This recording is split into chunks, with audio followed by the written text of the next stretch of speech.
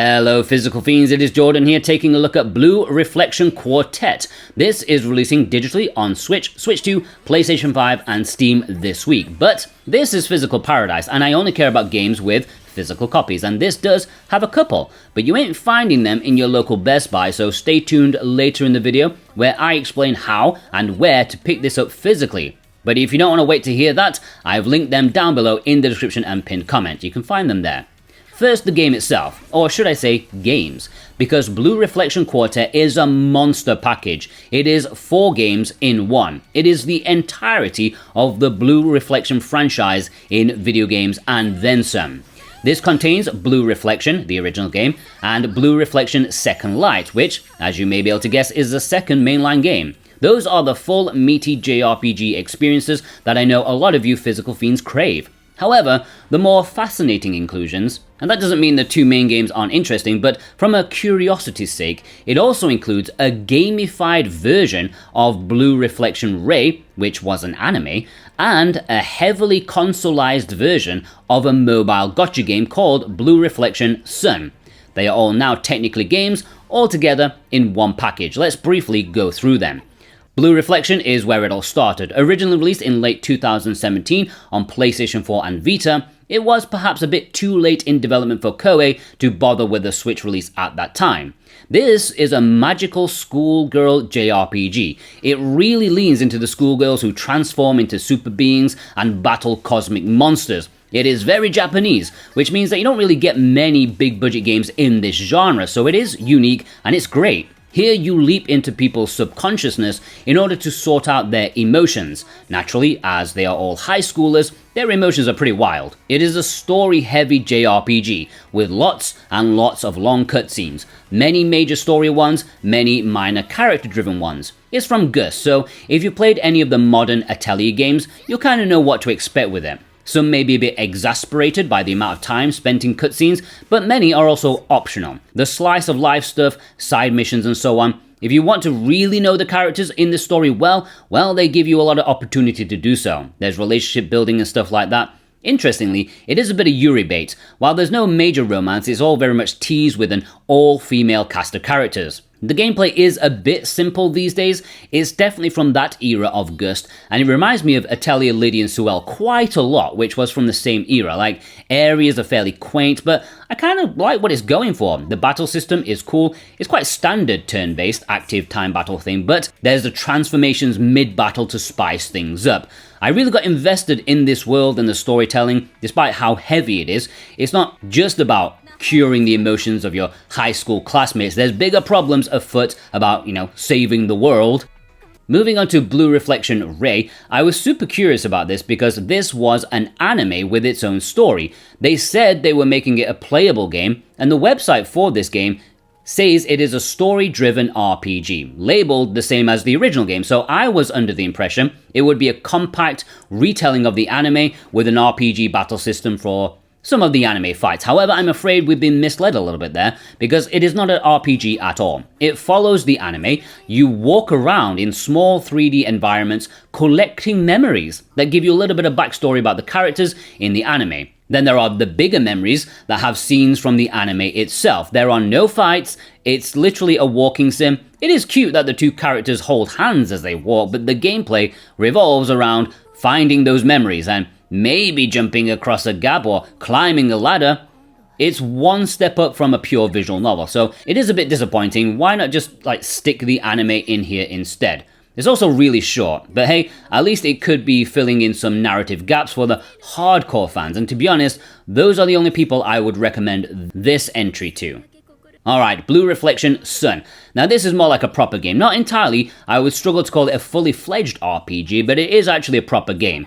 Originally born as a gacha mobile game, this has been reworked into something resembling a proper Blue Reflection game. Completely restructured, it allows you to wander the school grounds, in a more restricted way admittedly, and participate in 24 events, apparently the biggest ones from the mobile game that it had to offer, the big story beats. And now it includes a battle system lifted from Second Light, which I'll talk about later. Now, fans are not exactly fans of this entry, not only because of the gacha system, but also because this series is rooted in Yuri, either teasing or completely implying girl-on-girl romance, whereas this mobile game decided to add a male main protagonist as the perfect new leader in town to make the squad of girls shipshape in the fight to save humanity and fall in love with him, obviously.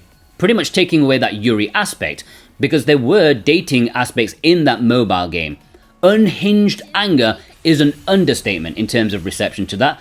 However, as far as I can see, while there are slice of life moments with the girls, there are just as many without the male character, and I don't believe there are any romance options unless I'm completely missing something. It seems the dating aspect has been taken out. Now it's just character development and then battles. The story is a bit all over the place. I think they kind of struggled to make it flow as well as they could with what they had to work with, but it's okay. It's like Blue Reflection Lite. Here is a mini compact version of Blue Reflection, just now with loads of new characters, yeah, a lot. And between battles, there's still a lot of characters to get to know and enjoy, a lot of inter-squad drama if you're down for that sort of thing.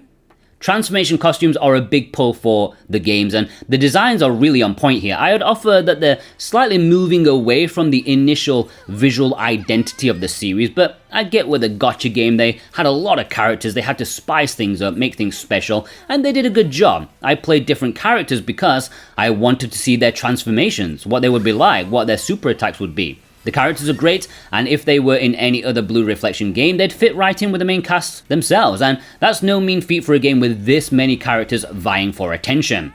In terms of quality, it's definitely a step down from the main games, but I do think it's very interesting. I like that they've tried to make it into a proper game, and I think most companies out there who have dipped their toes into gacha and then killed it within 8 months, I wish they would consolize them like this. The Italian one, that would be nice, and Fire Emblem Heroes, although I think that's still going everywhere, except Belgium.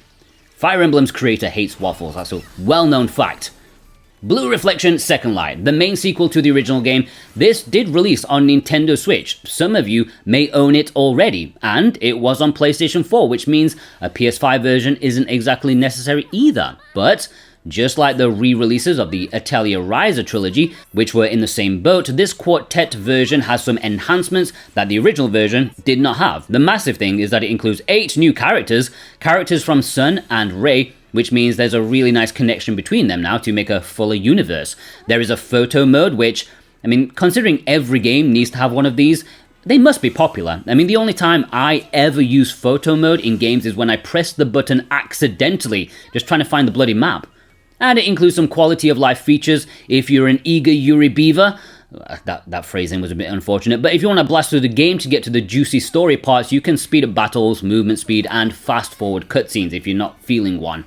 The game itself has a different battle system, and I'm not sure if I like it as much as the original. That was a bit more traditional, and as an old fogey who's occasionally stuck in my ways, I like something a bit more traditional. This is far more action-focused, and it is a bit overwhelming. It takes a bit of getting used to. Anyways, this is an improvement over the first game in terms of polish. The original is a bit janky at times, however, the story is compelling enough to make some people consider it the better. So here you're getting a better overall game, but maybe you prefer the story of the first one with a slightly more sincere writing, I don't know. It's all subjective. Overall, you should play them in order of what I've described here today for the full narrative experience.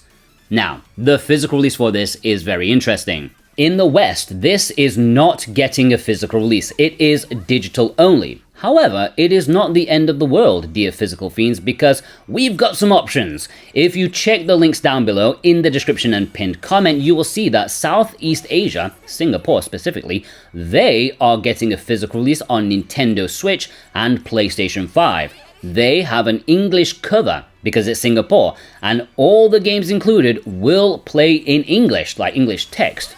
And if you import it, they will play on any region's Switch or PlayStation 5 console.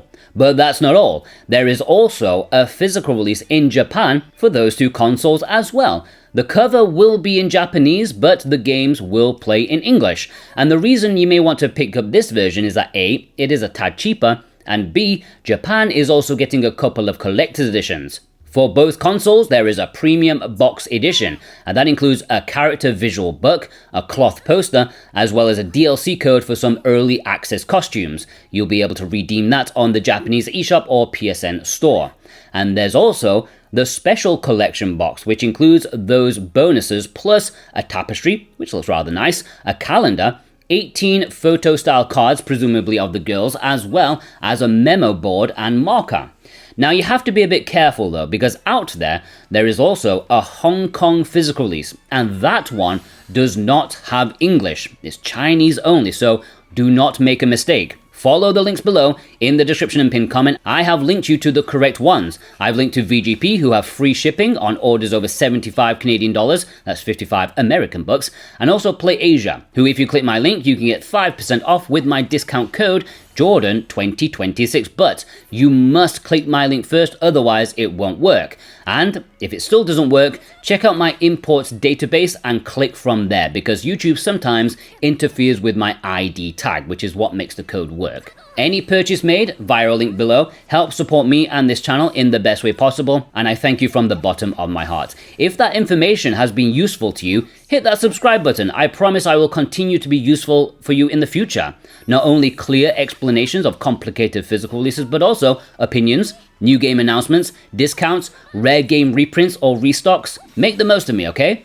Would I buy this myself? Yes, it is a fantastic package that is well worth picking up. It is an absolute mammoth amount of content, and looking back, it is disappointing that the anime one is just a walking sim sort of thing, but overall it's difficult to complain with just the amount of stuff this quad pack has. It's well worth an import, and I do highly recommend it. If you want to import it, check the links below, and if you watched all the way through, you are a legend, and I want to know who you are, so please leave me a blue emoji in the comments. Yes, find an emoji that is blue and leave it in the comments so I know you've watched all the way through. And please have a fantastic, wonderful day. Take care.